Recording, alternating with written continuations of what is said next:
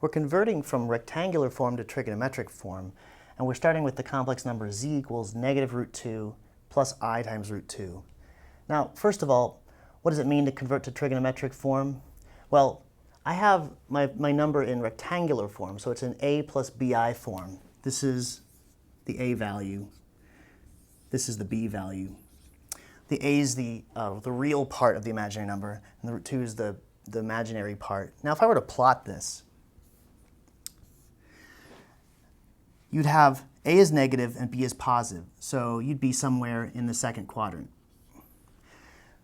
And I want to choose theta, right? When I get into trigonometric form, theta is the argument of the complex number. I want to choose theta so that it's between 0 and 2 pi. So I'd want to choose this theta.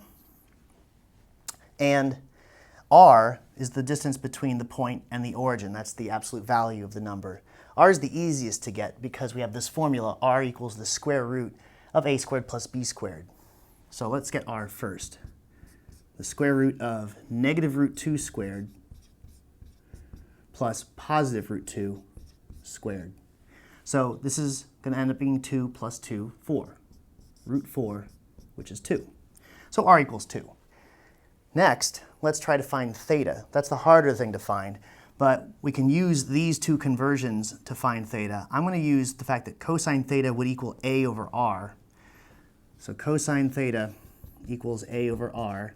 A is negative root 2, and r is 2. And we also use the fact that sine theta is b over r.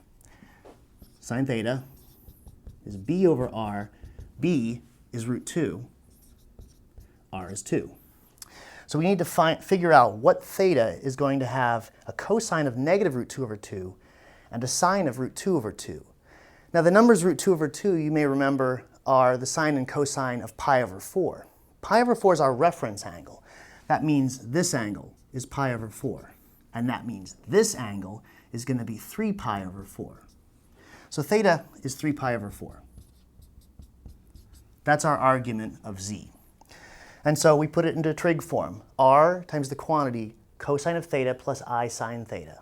So z equals r, which is 2, cosine of 3 pi over 4 plus I times the sine of 3 pi over 4. Don't forget, when you're in trig form, this number will always be the same for both cosine and sine, right? This is the argument of the complex number.